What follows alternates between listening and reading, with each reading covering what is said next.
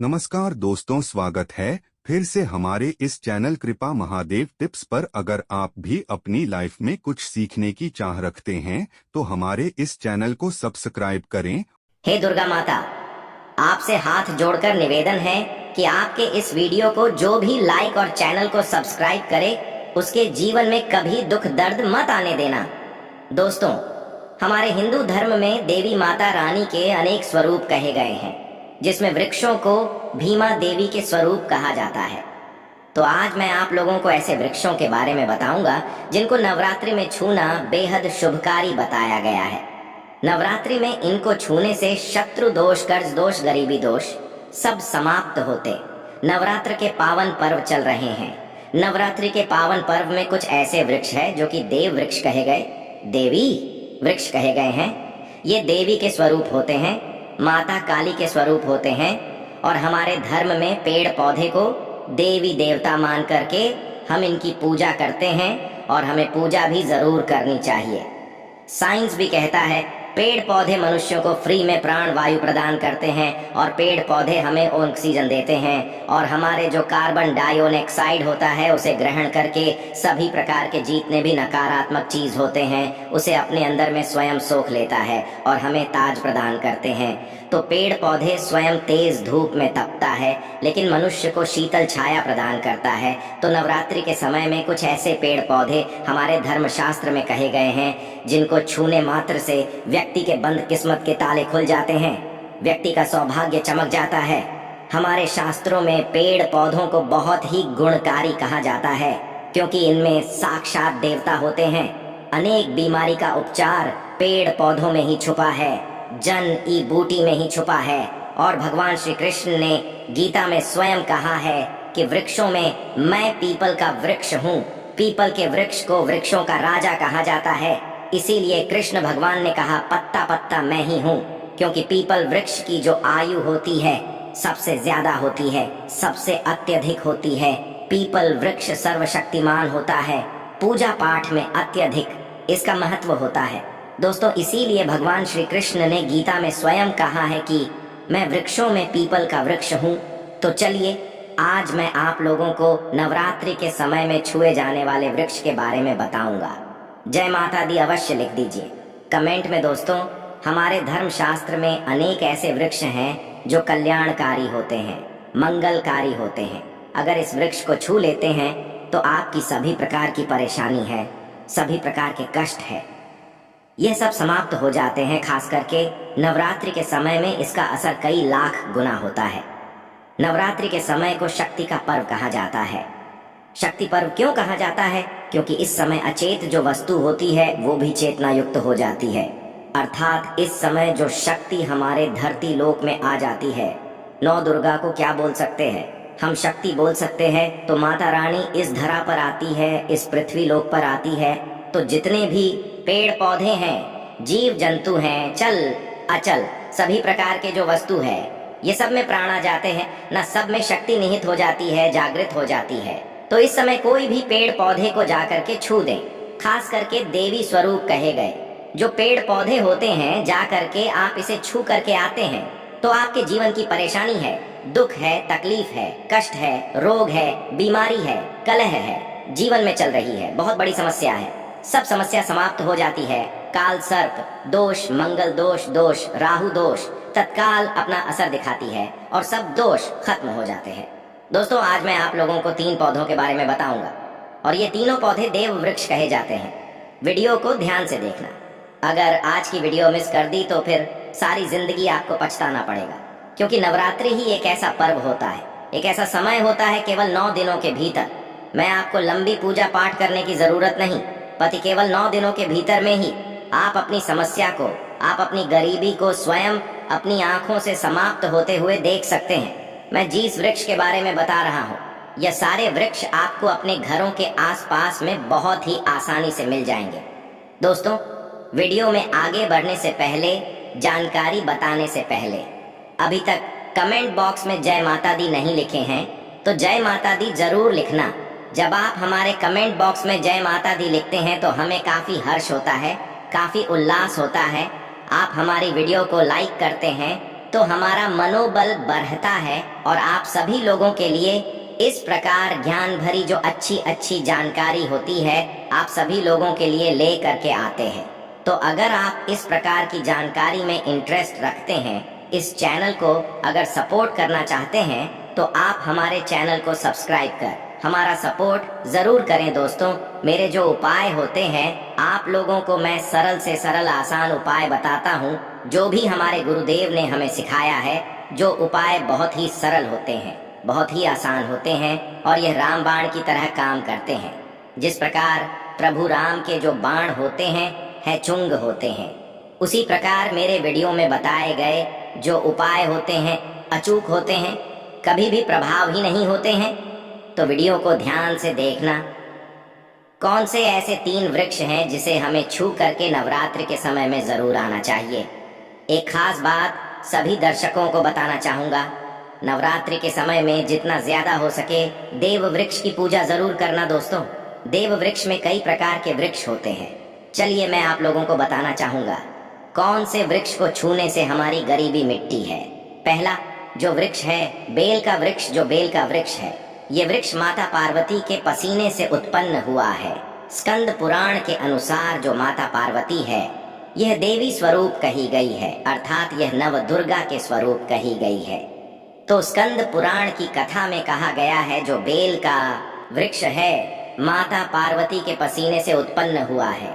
इसकी डाली में पार्वती जन्मे, ब्रह्म तने में विष्णु एवं समस्त जो हिस्से हैं उसमें भगवान शंकर जी बसते हैं।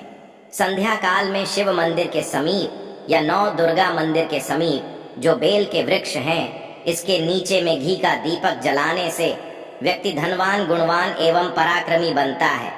व्यक्ति के सभी प्रकार के मनोरथ की पूर्ति होती है। हमारे धर्मशास्त्र यह भी कहते हैं नवरात्रि के समय में अगर कोई भी व्यक्ति, जी हाँ, नवरात्रि के समय में अगर कोई भी व्यक्ति बेल के वृक्ष को माता नौ दुर्गा का ध्यान करते हुए 7 बार छू करके आ जाते हैं, तो ऐसे व्यक्ति की तत्काल अगर उपवास व्रत रखा है, ध्यान से सुनिएगा, जो लोग उपवास व्रत रखे हैं ऐसे व्यक्ति की थकान सुस्ती तत्काल चली जाती है। ध्यान से सुनिए, जो व्यक्ति उपवास रखे हैं, व्रत रखे हैं, ऐसे व्यक्ति को नवरात्रि के समय में जितना ज्यादा हो सके संध्या काल में बेल के वृक्ष को जरूर छूना चाहिए। केवल आप ज्यादा नहीं छू सकते तो 7 बार छू करके जरूर आ जाना और बेल वृक्ष के नीचे में घी का दीपक जरूर जला देना। दोस्तों, घी का दीपक जलाते हैं तो इसके क्या फायदे मिलते हैं यह भी इस वीडियो में बताऊंगा। मैं सारी जानकारी इस वीडियो में विस्तार से बता रहा हूँ, इसलिए आज की वीडियो धोनी बनी बन सकती है। हो सकता है 15 मिनट की वीडियो बन जाए, लेकिन अपना पूरा समय जरूर देना, क्योंकि जब हम उपवास व्रत रखते हैं तो हमारे शरीर में काफी थकान आ जाती है, हमारे शरीर में ऊर्जा की कमी होने लगती है। हालांकि हमें अध्यात्म ऊर्जा प्राप्त होती है, लेकिन हमारे शरीर में ऊर्जा की कमी होने लगती है। भोजन न करने के कारण हमारे शरीर में ऊर्जा की कमी होती है और इस ऊर्जा को बरकरार रखने के लिए, इस ऊर्जा को प्राप्त करने के लिए हमें बेल वृक्ष को छूना चाहिए। दोस्तों, अनेक संत महात्माओं ने बेल वृक्ष के पत्ते को खाकर के तपस्या की है एवं कई प्रकार की सिद्धियां हासिल की हैं। धर्मशास्त्र कहते हैं अगर नवरात्रि के समय में बेल के पत्ते खाए जाएं, तो जो व्यक्ति लंबे समय से जो मंत्र के जाप कर रहे हैं, सिद्धि प्राप्त नहीं हो पा रही है, फिर कुछ आप ऐसी सिद्धि को प्राप्त कर सकते हैं जो सिद्धि आपको काफी लंबे समय से प्राप्त बेल के पत्ते खाने से सिद्धि जल्दी प्राप्त होती है। इसके नीचे घी का दीपक जलाने से हमें सिद्धि की प्राप्ति होती है। सिद्धि का मतलब होता है कार्य में सफलता। तो जो लंबे समय से आपके कार्य नहीं हो पा रहे हैं, उस कार्य में नवरात्रि के समय में जितने भी दिन हो सके, आप जो है जब भी आपको समय मिले तो शाम के समय में घी का दीपक जरूर जला देना। और अगर कोई भी व्यक्ति नवरात्रि के समय में, ध्यान से सुनिए, अगर कोई भी व्यक्ति नवरात्रि के समय में अगर बेल वृक्ष की जड़ में दूध चढ़ाते हैं, वो सभी प्रकार के व्याधि दूर होती है। अगर सिंदूर युक्त गंगा जल चढ़ाते हैं तो व्यक्ति की गरीबी मिटती है। अगर तेल चढ़ाते हैं बेल वृक्ष के जड़ में तो सौभाग्य की प्राप्ति होती है। और अगर बेल के तीनों पत्तों में, दोस्तों ध्यान से सुनिए, त्रिदेवी कही गई हैं, जैसे कि महाकाली, महालक्ष्मी, महासरस्वती। तो अगर बेल के जो 3 पत्ते हैं महालक्ष्मी, महाकाली, महासरस्वती के स्वरूप कहे गए हैं, तो बेल के अगर तीनों पत्तों में ओम, दूसरे पत्ते में हरिओम को सिंदूर से लिख करके चढ़ाना होता है, सिंदूर से लिख करके चढ़ाया जाए तो तत्काल उसी समय मनोकामना की पूर्ति होती है, कार्य में सफलता मिलती है। कोई लंबे समय से आपकी मनोकामना हो, आप चाहते हैं वह मनोकामना पूर्ण हो जाए, तो यह उपाय अवश्य करिएगा। दोस्तों, इसकी जड़ में ध्यान से सुनिए। नवरात्रि के समय में इसकी जड़ में अगर तांबे की कोई भी रिंग होती है, जिसे हम एक प्रकार के तांबे की जो धातु है ये मंगल से जुड़ी हुई होती है, तो अगर नवरात्रि के समय में इसकी जड़ में तांबे की जो रिंग होती है, अंगूठी होती है, अगर आप 4 अंगुल खंड करके दबा करके आ जाते हैं, नवरात्रि भर इसे दबे रहने देना है। इसके बाद अगर आप पहन लेते हैं तो वह जागृत हो जाती है, क्योंकि जो बेल के वृक्ष हैं स्वयं जागृत कहे गए हैं, और नवरात्रि के समय में इसकी जो आवारा होती है, इसकी जो ऊर्जा होती है, अत्यधिक बार हैच जाती है।